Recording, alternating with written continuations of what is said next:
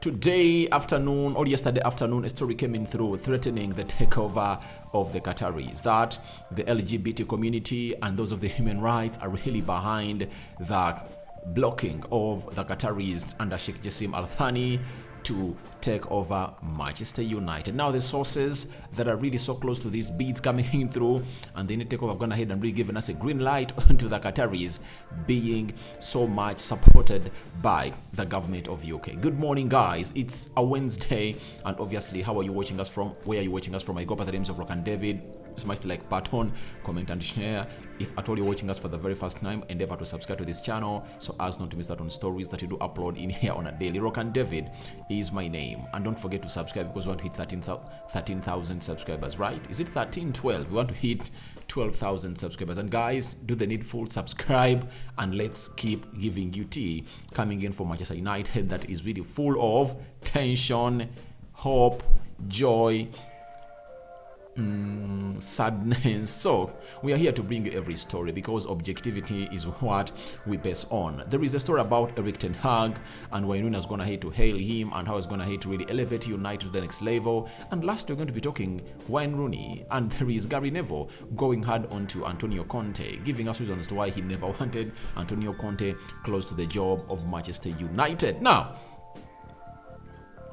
Mike Keegan, the man that really broke the story about the bids, has gone ahead and really told us that those behind the Qatar-based bid for Manchester United do not believe they will face any government opposition should they succeed in the battle for the Premier League giants. Then they continued and told us that the Qatari bid feel they have support from the government and would not face any obstacles should they emerge successful from the ongoing bidding process at Manchester United. And it said that those involved in the bidding process, which include Sheikh Jassim Al Thani and Sir Jim Ratcliffe, are yet to hear from the Rain Group after delayed second bids went in last month. They are hopeful that they will do so before Easter. Rain may choose one to enter into the period of exclusivity or call in for a third bid. So I've gone ahead to read all that at once. Do you know why? Because I thought that we can tackle it at once. And this is what we're going to do. One, I smell a rat. There is a clique in the media that doesn't want the Qataris to talk over Manchester United. And I ask myself, why didn't they stop it when City was taking over? When Dubai was taking over City, when Saudi Arabia was taking over Newcastle. You get Everton is also owned by an Asian mogul, and Aston Villa. Very many teams have been bought in the Premier League by these moguls and tycoons coming in from those Asian tigers. So to me, I believe, let's not mess up. It's oil money. You allowed it to enter the Premier League, and it's going to operate in the best way possible. People are afraid of United. You know why? Because they see us playing like that, and the way we've been spending, by the way, has been really huge. Because ever since Alex Ferguson left, United have spent £1 billion in transfers. You get? And I think no team has outspended United. So we are spending like that, and we are using the man of the club with the Glazers taking away dividends, because the Glazers have taken out £2 billion from that club ever since this club started existing. That's it. So everyone is afraid. Everyone is afraid because we are getting in a lot of incomes coming in from the funds. Profits are going to increase, especially next season. You get? Then if we get in an owner like Sheikh Jassim Al Thani has money, we are going to be untouchable. Fine, competition will be there, but obviously most of the good players will be coming to Manchester United because you'll be willing to spend. Sheikh Jassim Al Thani is willing to pay the debts of Manchester United to zero balance. That's it. He's willing to really get United back to a debt-free atmosphere, and obviously that is what every United fan would want first to do. Before the stadium, before everything, we would find ourselves in a position of really getting that debt free. When we get that debt freed, we can even get a stadium of 100,000 people. Why? This season, next season's bookings for the season ticket have superseded 140,000 people, meaning that if you're having a stadium of 100,000 fans, it can get filled every match. So I think they're afraid of that. They're afraid of that because we can expand Old Trafford to 100,000 people, or a new stadium can be built that really can capacitate 100,000 people. So they are all afraid, and they know that if they let this happen, United is going to seize on that moment. With the manager Erik Ten Hag coming in here, they know what it's going to be like at Manchester United. And I know there is a clique of journalists trying to put out stories to really tarnish the name of the Qataris under Sheikh Jassim Al Thani. But we aren't going to really allow this. And trust me, no way the UK government can block in money. You know, they are blocking close to 10 trillion pounds. Sorry, to 10 billion pounds coming in the UK government. Do you know the situation, the financial situation in UK right now? You know, the government is struggling to see to it that they really balance up books and really get in more income and create more jobs. That's what they're all about. And as it stands, if Sheikh Jassim Al Thani is coming in through to bring in close to between 7 and 10 billion pounds, the UK will be welcome. That's it. It will be a bluster into their economy. And I think the Rain Group will be told by the UK government that please, however much Sir Jim Ratcliffe is our own, born and bred in England and Manchester, he's not going to do any good to the club of Manchester United and the economy because he's just borrowing in money. We want someone who's bringing in cash. And if at all they are really referring to that, to stop these people from taking over Manchester United, why don't they also go ahead and really call out everything that the Qataris own in UK, because they own buildings, they own a lot of infrastructure and businesses in UK. So it's a no-brainer. It's a no-brainer. If the Qataris are really given access, all green light to take over Manchester United, no one is going to really sabotage this. And you know, there is a lot of pressure coming in from people. That's why you saw to it that all new regulations were issued by the Premier League on the ownership status of the players, of the teams of English Premier League. But remember, when Man City was being taken over, this noise was not there. When Newcastle was being taken over, this noise was not there.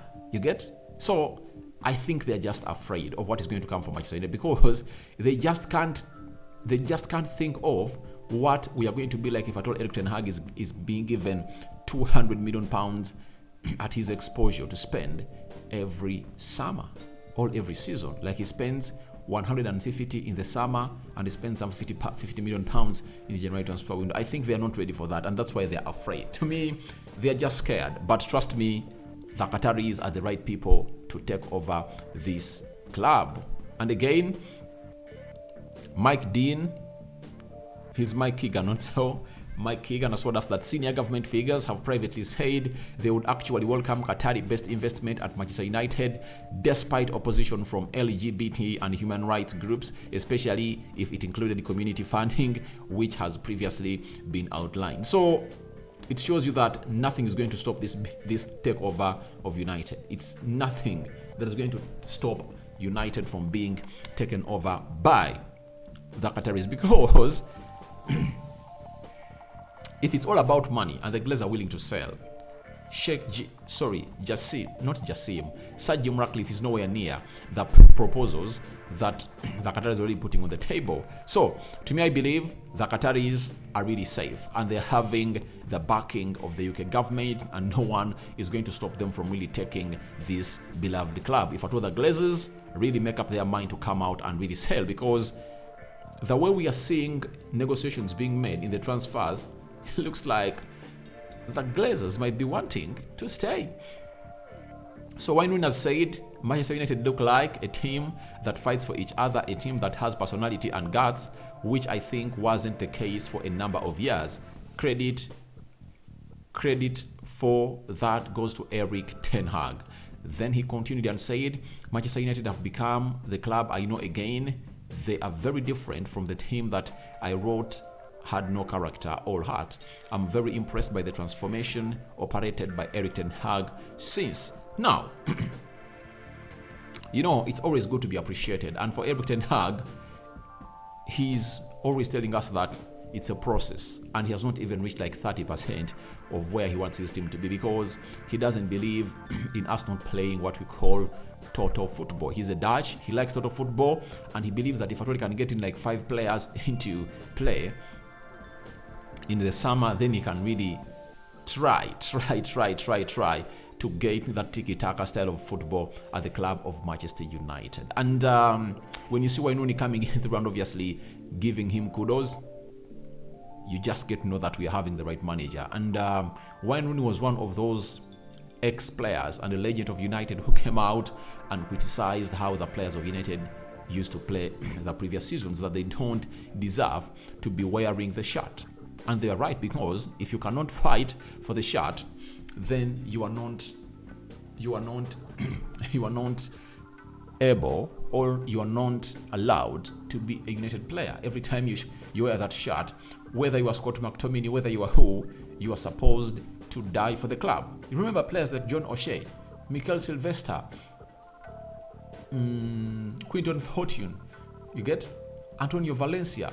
Their talent was not all that immense, but every time they wore that United jersey, they knew that they are going for battle. You get, and that is what when we're talking about, that we are having a good fighting spirit, and in this remaining, we are having 11 games left.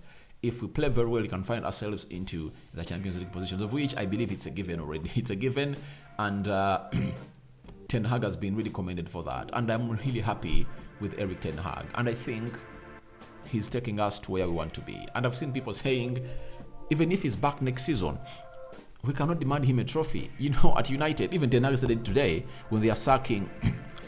Ten Hag reacted on it today when he was talking about the sacking of Graham Potter. He said, this is a result business, first and foremost. Secondly, at a team like Chelsea, you are expected to win your games and obviously win trophies. You get? And at Old Trafford, he said, when you are Manchester United, you are supposed to be winning trophies. You're supposed to win every game. Now, winning every game means what? Means winning trophies. So those are the standards that Erik ten Hag is setting at Manchester United.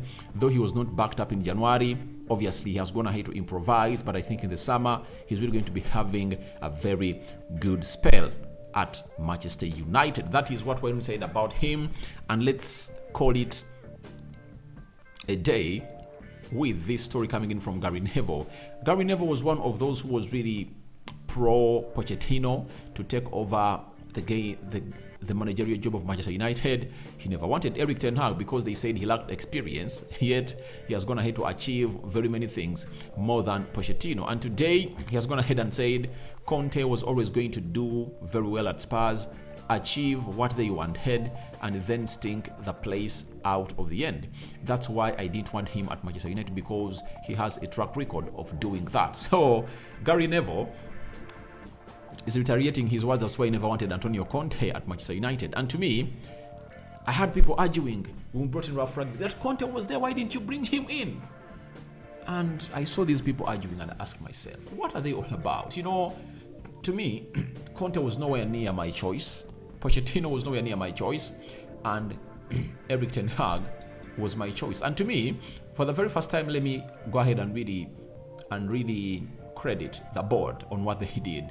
It looked like they're eyeing Erik ten Hag also. That's it. We might be here criticizing them that it was with the fans who wanted Erik ten Hag, but if at all they wanted Pochettino, they would have gone for him and paid that amount of money that PSG would have called in for, to see him really come in through and manage Manchester United, because it was the same amount of money that they would have paid if at all they had agreed a deal with him in May. You get? So, to me, was it in May or March? I think at the beginning of April. So, I believe all their eyes were on Erik ten Hag. They wanted to try out something new that they had never done at Manchester United, and it all worked well for United. And Conte, every manager who is stone age, I don't like him at Manchester United. I don't like him, you know. For me, I liked Erik ten Hag, and is here to turn around everything at the club of Manchester United. Your thoughts on to Qataris having UK support, being supported by the government of UK, are welcome in the comment section below. What do you think about Wayne Rooney coming out and hailing the players of Manchester United and Erik ten Hag in general on the good job he's going to head to do, and Gary Neville giving us reason as to why he never wanted Antonio Conte to become the successor of Ole Gunnar Solskjaer. May the Almighty God bless you abundantly. I sign out for now. See you later. Good morning, my people. And don't forget to subscribe. My Muslim friends, Ramadan Kareem. I'm out.